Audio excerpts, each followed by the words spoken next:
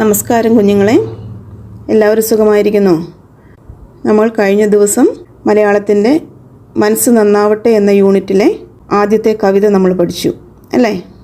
ഇനി നമുക്ക് അതിൻ്റെ അടുത്ത ഭാഗം നോക്കാം. അതൊരു കഥയാണ്. ഈ കഥയുടെ പേരെന്താണ്? താളുകൾക്കിടയിലൊരു മയിൽപ്പീലി. നമുക്ക് ഇനി കഥാകൃത്തിനെ കുറിച്ചൊന്ന് നോക്കാം. മലയാളത്തിലെ ഉത്തരാധുനിക ചെറുകഥാകൃത്തുക്കളിൽ ഒരാളാണ് പ്രിയ AS. 1967 മെയ് 28 ആലപ്പുഴ ജില്ലയിലെ ചേർത്തല താലൂക്കിൽ എരുമല്ലൂരിൽ ആണ് പ്രിയ ASൻ്റെ ജനനം. ചിത്രശലഭങ്ങളുടെ വീട്, ഓരോരോ തിരിവുകൾ, പ്രിയ ASൻ്റെ കഥകൾ, മഞ്ഞമരങ്ങൾ ചുറ്റിലും, ജാഗരൂക തുടങ്ങിയവ പ്രധാന കൃതികളാണ്. മികച്ച ബാലസാഹിത്യ കൃതിക്കുള്ള സാഹിത്യ അക്കാദമി പുരസ്കാരം ചിത്രശലഭങ്ങളുടെ വീട് എന്ന കൃതിക്ക് ലഭിച്ചിട്ടുണ്ട്.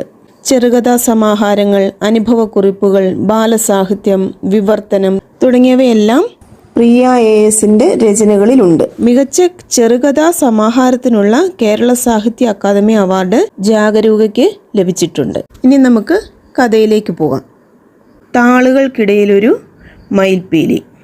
എത്ര ചികിത്സിച്ചാലും എന്നെ വിട്ടുപിരിയാൻ കൂട്ടാക്കാത്ത എൻ്റെ അസുഖം തരുന്ന നോവുകൾ പേറി കിതച്ചും തളർന്നും പാഠപുസ്തകങ്ങളുടെ താളുകളിൽ ഞാൻ അറിയാതെ വീഴുന്ന കണ്ണുനീർ തുള്ളികൾ തുടച്ചും എത്രയോ നാളുകളായി ഞാനിങ്ങനെ. വേദനകളുടെ ലോകത്തു നിന്ന് എനിക്കൊരു ചെറിയ ഒഴിവുകാലം വെച്ചു നീട്ടാൻ മാത്രം ദയ വല്ലപ്പോഴുമേ എൻ്റെ അസുഖത്തിന് തോന്നാറുള്ളൂ. അസുഖം മാറി ക്ലാസ്സിൽ തിരിച്ചെത്തുമ്പോൾ പൊരുത്തപ്പെടാനാവാത്ത അകലത്തിലാണ് സർവ്വതും എന്ന് തോന്നും. വളരെ മുമ്പേ കുതിച്ചു പായുന്ന അറിവുകൾക്കൊപ്പം പണിപ്പെട്ടോടിയെത്തിയും കൂട്ടുകാരുടെ തമാശകൾ നുണഞ്ഞും ഞാൻ വീണ്ടും ഒന്ന് ചിരിക്കാൻ തുടങ്ങുമ്പോഴേക്ക് വേദനകളിലേക്ക് എന്നെ പിടിച്ചു വലിച്ചു കൊണ്ടുപോകാനായി എൻ്റെ അസുഖം തിരക്കിട്ടെത്തുകയായി. ഏറ്റവും മനോഹരമാകേണ്ടിയിരുന്ന കുട്ടിക്കാലം വിടരാതെ കരിഞ്ഞുപോയ ഒരിതൾ പോലെ, നുണയാൻ മധുരമില്ലാതെ കൂട്ടിന് കളിമേളങ്ങളില്ലാതെ കടന്നുപോയ ബാല്യത്തിന് നഷ്ടബോധങ്ങളുടെ നിരയിൽ എന്നും ഒന്നാം സ്ഥാനമാണ്. പ്രൈമറി ക്ലാസ്സുകളുടെ താളുകൾക്കിടയിൽ സൂക്ഷിക്കാൻ എനിക്ക് ഓർമ്മകളുടെ ഒരു മയിൽപ്പീലി ശേഖരം ഉണ്ടാവാതെ പോയത് ഈ അസുഖം കാരണമാണ്. എൻ്റെയും മറ്റു ചില കുട്ടികളുടെയും ചില ഉടുപ്പുകൾ, 2-3 പിണക്കങ്ങൾ, പിന്നെ നീലകണ്ഠൻ, ഇത്രയൊക്കെ എൻ്റെ ഓർമ്മയിലുള്ളൂ.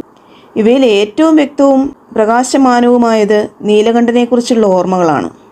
അസുഖം കൊണ്ട് ചുരുങ്ങിയ ദേഹവും ക്ഷീണം കൂടുവെച്ച വലിയ കണ്ണുകളും മുഖത്തൊതുങ്ങാത്ത സന്തോഷച്ചിരിയുമായി വീണ്ടും ക്ലാസ്സിലെത്തുമ്പോൾ ഓർമ്മയുടെ താളുകളിൽ നിന്ന് കൂട്ടുകാരിൽ പലരും എൻ്റെ പേര് വെട്ടിയിട്ടുണ്ടാവും.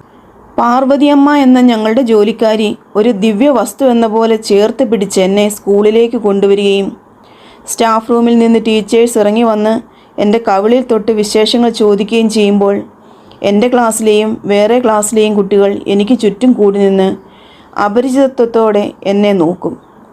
എന്നെക്കുറിച്ച് അവർക്കറിയാവുന്ന കാര്യങ്ങളൊക്കെ രഹസ്യമായി പങ്കുവയ്ക്കും. പകൽ സമയത്ത് ഞങ്ങളുടെ വീട്ടിൽ കയറിക്കൂടിയ മൂങ്ങ കുഞ്ഞിനെ കാണാൻ വഴിയേ കൂടി പോയ ഒരുപാട് പേർ വട്ടം കൂടിയത് എനിക്ക് അപ്പോഴൊക്കെ ഓർമ്മ വരും. മരുന്നുകളുടെ ചൂടിൽ പൊഴിഞ്ഞ് വികൃതമായ തലമുടിക്ക് മീതെ കൂടി കെട്ടിയ സ്കാർഫിൻ്റെ കെട്ടഴിച്ചും വീണ്ടും കെട്ടിയും ഞാൻ നിന്നു. ചുറ്റും ഒഴുകിപ്പരന്ന അപരിചിതത്വം സഹിക്കാതെ വന്നപ്പോൾ എനിക്ക് കരയണമെന്ന് തോന്നി. മുറ്റത്തെവിടെയോ തകർത്തു നടക്കുന്ന കളികളിൽ നിന്ന് തലയൂരി ഓടിക്കിതച്ച് ആൾക്കൂട്ടത്തിനിടയിലൂടെ നുഴഞ്ഞു കയറി നീലകണ്ഠൻ എന്നെ തേടി വരുമെന്ന് ഓർമ്മിച്ചതും എൻ്റെ കണ്ണുനീർ ഉണങ്ങിത്തീർന്നു. അത്ഭുതവും ആഹ്ലാദവും നിറഞ്ഞു കവിയുന്ന മട്ടിൽ എൻ്റെ അടുത്ത് വന്നു നിന്ന് നീലകണ്ഠൻ പറയും, അനുതാര ഇന്ന് വരുംന്ന് എനിക്ക് അറിയായിരുന്നല്ലോ. ക്ലാസ്സിലേക്കുള്ള വഴി മുതൽ അനു, താര, അനുതാര, അനുതാര S മേനോൻ എന്നൊക്കെ മാറി മാറി വിളിച്ച് നീലകണ്ഠൻ വിശേഷങ്ങളുടെ കെട്ടഴിക്കും. എടുത്തു കഴിഞ്ഞ പാഠങ്ങളൊക്കെ വലിയ എളുപ്പമാണ് എന്ന് സാന്ത്വനം പോലെ പറയും. എൻ്റെ നോട്ട് ബുക്ക് വാങ്ങിക്കൊണ്ടുപോയി ഭക്രാനങ്കലിനെക്കുറിച്ചുള്ള ചോദ്യോത്തരങ്ങളും വഴിക്കണക്കുകളും ശിപ്പായി ലഹളയും സൗരയുദ്ധത്തിലെ അന്തേവാസികളുടെ പേര് വിവരങ്ങളും നിറച്ച് എനിക്ക് തിരികെ തരും. ഉപകഥകൾ പോലെ എൻ്റെ ഉള്ളിൽ അസുഖത്തിൻ്റെ അവശിഷ്ടങ്ങൾ ചുറ്റിത്തിരിയുന്നത് കൊണ്ടാവാം എനിക്ക് നീലകണ്ഠൻ പകർത്തി തന്ന അറിവുകൾ മുഴുവൻ ഉൾക്കൊള്ളാനായില്ല. ചിലത് എൻ്റെ ഉള്ളിലേക്ക് കയറാതെ വഴി മാറി നടന്നു. ചിലതൊന്നും എൻ്റെ ബുദ്ധിക്ക് താങ്ങാനായില്ല. അതൊക്കെ അറിഞ്ഞാവണം പരീക്ഷയ്ക്ക് നീലകണ്ഠൻ എല്ലാവരുടെയും കണ്ണുവെട്ടിച്ച് എനിക്ക് ഉത്തരങ്ങൾ പറഞ്ഞും കാണിച്ചും തന്നു. അത് തെറ്റാണെന്ന് എനിക്കോ നീലകണ്ഠനോ തോന്നിയതുമില്ല. മുത്തുകൾ പോലെയുള്ള പല്ലുകൾ കാണിച്ച് നീലകണ്ഠൻ ആരേക്കാളും ഭംഗിയായി ചിരിക്കും. കറുപ്പും വെളുപ്പും തമ്മിൽ നല്ല ചേർച്ചയാണെന്ന് ഞാൻ അങ്ങനെയാണ് അറിഞ്ഞത്. കരയുമ്പോഴും ദേഷ്യപ്പെടുമ്പോഴും വഴക്ക് കൂടുമ്പോഴും ആ മുഖത്ത് ചിരി ഉണ്ടെന്ന് എനിക്ക് തോന്നി. 2 ഷർട്ടുകളേ ഉള്ളൂ നീലകണ്ഠന്. ഒന്ന് വെള്ള, മറ്റൊന്ന് പച്ച. നെറ്റിയിൽ നീട്ടി വലിച്ച് ഒരു ചന്ദനക്കുറി ഉണ്ടാവും. ഒരുപാട് ബസ്സും കാറും ലോറിയും ഒക്കെ ചീറിപ്പായുന്ന റോഡ് തനിയെ ക്രോസ് ചെയ്യുന്ന നീലകണ്ഠൻ്റെ ധൈര്യം എനിക്ക് വലിയൊരു അത്ഭുതത്തിന് വകയായി. വീട്ടിൽ പുറംവേലയ്ക്ക് നിർത്തിയിരിക്കുന്ന പാർവതിയമ്മയാണല്ലോ എന്നെ സ്കൂളിൽ കൊണ്ടുവന്നാക്കുകയും തിരിച്ചു കൊണ്ടുവരികയും ചെയ്തിരുന്നത്. നന്നായി പഠിക്കുന്ന നീലകണ്ഠന് സ്ലേറ്റ് പെൻസിൽ കൊടുക്കാൻ ക്ലാസ്സിൽ എല്ലാവരും പരസ്പരം മത്സരിച്ചു. പാവം നീലകണ്ഠന് അച്ഛനില്ല. അതുവരെ അച്ഛനില്ലാത്ത ഒരു കുട്ടിയെയും ഞാൻ കണ്ടിരുന്നില്ല.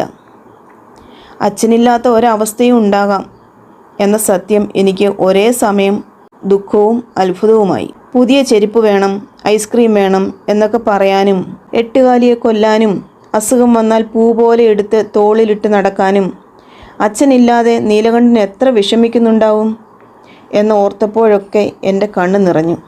നീലകണ്ഠന് അച്ഛനില്ല എന്ന് ഞാൻ അച്ഛനോടും അമ്മയോടും പാർവതി അമ്മയോടും മാറി മാറി പറഞ്ഞു. നീലകണ്ഠന് മോളൊരു പുതിയ പെൻസിൽ കൊടുത്തോളൂ എന്ന് പറഞ്ഞാണ് അച്ഛൻ എന്നെ സന്തോഷിപ്പിച്ചത്. പിന്നീട് അച്ഛൻ പറഞ്ഞില്ല എങ്കിലും ഞാൻ ഒരുപാട് പെൻസിൽ നീലകണ്ഠന് കൊടുത്തു. 1-ാം ക്ലാസ്സിൽ വെച്ച് പെൺകുട്ടികളുടെ ബെഞ്ചിൽ സ്ഥലം തികയാതെ വന്നപ്പോൾ റോസ് ടീച്ചർ എന്നെ നീലകണ്ഠൻ്റെ അടുത്തിരുത്തി.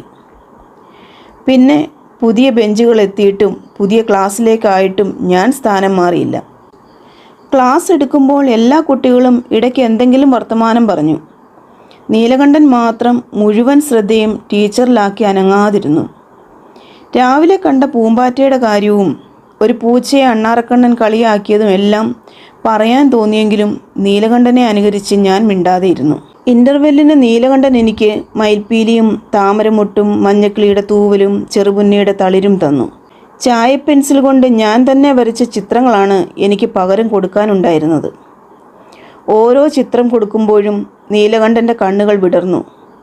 ഇത് ജീവനുള്ള മയിലാന്നാ വിചാരിച്ചത് എന്നൊരത്ഭുതം. ഈ വീടിൻ്റെ തുറന്നിട്ട വാതിലിൽ കൂടി ദാ ഞാൻ ഇപ്പോൾ അകത്ത് കയറും എന്നൊരു തമാശ എല്ലാം എനിക്ക് വളരെ പ്രിയപ്പെട്ടതായി. ആദ്യം ഒരു മയിൽ, പൂച്ച, വീട് ഇതൊക്കെ വരയ്ക്കാൻ അറിയാമായിരുന്നുള്ളൂ. നീലകണ്ഠൻ്റെ പ്രശംസ കേൾക്കാൻ വേണ്ടി ഞാൻ എന്ത് കണ്ടാലും അത് നോക്കി വരച്ച് പഠിക്കാൻ തുടങ്ങി. ലോകത്തിലേക്ക് വെച്ച് ഏറ്റവും ഭംഗിയുള്ളത് മയിൽപ്പീലികൾക്കാണെന്ന് നീലകണ്ഠൻ പറഞ്ഞു. എൻ്റെ വിടർന്ന കണ്ണുകളിലേക്ക് നോക്കി മയിൽപ്പീലി കണ്ണുകൾ പോലെയുണ്ട് എന്ന് ഇടയ്ക്കെല്ലാം നീലകണ്ഠൻ പറയുമ്പോൾ എൻ്റെ എല്ലാ വേദനകളും ഞാൻ മറന്നുപോയി.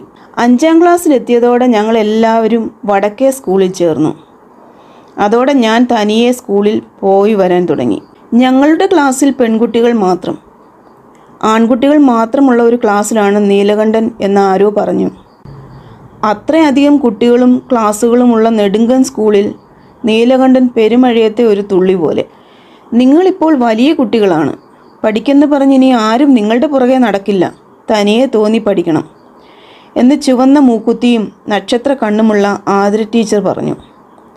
അതുവരെയും തനിയെ തോന്നി പഠിക്കുന്ന ഒരാളെ എനിക്കറിയാമായിരുന്നുള്ളൂ, നീലകണ്ഠൻ. അമ്മയും അച്ഛനും മാറി മാറി പറയുന്നത് കൊണ്ടും ഒന്നാമതായാൽ നീലക്കല്ലുള്ള ഒരു കമ്മൽ, ചിത്രശലഭങ്ങൾ പറന്നു നടക്കുന്ന ഒരു ഉടുപ്പ് എന്നെല്ലാം മോഹിപ്പിക്കുന്നത് കൊണ്ടും പഠിക്കുന്നവരായിരുന്നു ഞങ്ങളെല്ലാം. പുതിയ ക്ലാസ്സിൽ ഞാനല്ലാതെ വേറെ ആരും നീലകണ്ഠനെ ഓർമ്മിക്കുന്നില്ല എന്ന് എനിക്ക് തോന്നി. വേറെ സ്കൂളിൽ നിന്ന് വന്ന ഒരുപാട് കുട്ടികളോട് സൗഹൃദം സ്ഥാപിച്ചെടുക്കുന്ന തിരക്കിലായിരുന്നു എല്ലാവരും. ആ ഇടയ്ക്ക് അച്ഛൻ എനിക്ക് മഞ്ഞയും പച്ചയും ഇടകലർന്ന ഒരു കൂട് പെൻസിൽ വാങ്ങിത്തന്നു. പകുതിയാകുന്ന ഓരോ പെൻസിലും നീലകണ്ഠനെ എന്നോർത്ത് ഞാൻ മാറ്റിവെച്ചു. ഒരു കൂട് പെൻസിൽ ഇത്രയും വേഗം തീർക്കാൻ ഈ കുട്ടിക്ക് മാത്രമേ കഴിയൂ എന്ന് അമ്മ പരാതി പറഞ്ഞു. സ്കൂളിലേക്കുള്ള വഴിയിലും സ്കൂൾ മുറ്റത്തും പാഞ്ഞു നടക്കുന്ന കുട്ടികളുടെ കൂട്ടത്തിലും ഞാൻ നീലകണ്ഠനെ തിരഞ്ഞു തോറ്റു. വീണ്ടും ഒരു ആശുപത്രിവാസം കഴിഞ്ഞ് ക്ലാസ്സിലെത്തി. പിടികിട്ട ഉയരത്തിൽ പറന്ന് തിമിർക്കുന്ന അറിവിൻ്റെ തുമ്പികളെ കൈയെത്തി പിടിക്കാൻ ശ്രമിച്ച് തളർന്നിരിക്കുമ്പോൾ അടുത്തിരുന്ന ജയന്തി സ്വരം താഴ്ത്തി എന്നോടൊരു രഹസ്യം പറഞ്ഞു. നീലകണ്ഠന് ഒരു വലിയ പനി വന്ന് കണ്ണ് കാണാണ്ടായി. ഇനി സ്കൂളിൽ വരില്ലാത്രേ. ഞാനത് തീരെ ഗൗനിച്ചില്ല. അതൊരു വെറും നുണയാണെന്ന് എന്തുകൊണ്ടോ എനിക്ക് തീർച്ചയായിരുന്നു.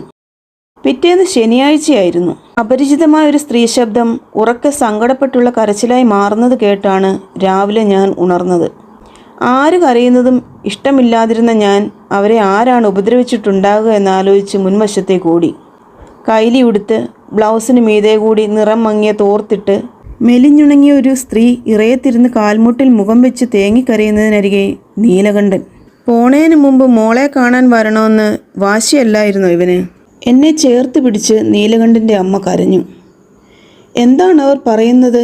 എനിക്ക് തീരെ മനസ്സിലായില്ല. കൂടുതൽ ആലോചിക്കാനൊന്നും നിൽക്കാതെ അവരുടെ കൈകളിൽ നിന്ന് കുതറി. നീലകണ്ഠൻ എന്ന് ആർത്ത് വിളിച്ച് ഞാൻ നീലകണ്ഠൻ്റെ അടുത്ത് ചെന്ന് നിന്നു. നീലകണ്ഠൻ കൈകൾ കൊണ്ട് വായുവിൽ പരതി എൻ്റെ കൈകൾ കണ്ടുപിടിച്ചു. എന്താണിങ്ങനെ എന്ന് അമ്പരക്കുമ്പോൾ ഒരു ദുസ്വപ്നം പോലെ ജയന്തിയുടെ വാക്കുകൾ ഓർമ്മ വന്നു. നീലകണ്ഠൻ്റെ അമ്മ അപ്പോഴൊന്നുകൂടി കരഞ്ഞു. നിശ്ചലമായ കൃഷ്ണമണികളെ തൊട്ട് താഴേക്ക് ഒഴുകിയിറങ്ങിയ കണ്ണുനീരിനിടയിലും നീലകണ്ഠൻ ചിരിച്ചു, മന്ദാരപ്പൂ പോലെ. ഇവൻ്റെ ചികിത്സയ്ക്കായി വീട് വിൽക്കാൻ പോവുകയാണ്. അങ്ങ് കിഴക്കൻ നാട്ടിൽ ഇവൻ്റെ അമ്മാവൻ്റെ കൂടെ കഴിയാനാ വിചാരിക്കുന്നേ.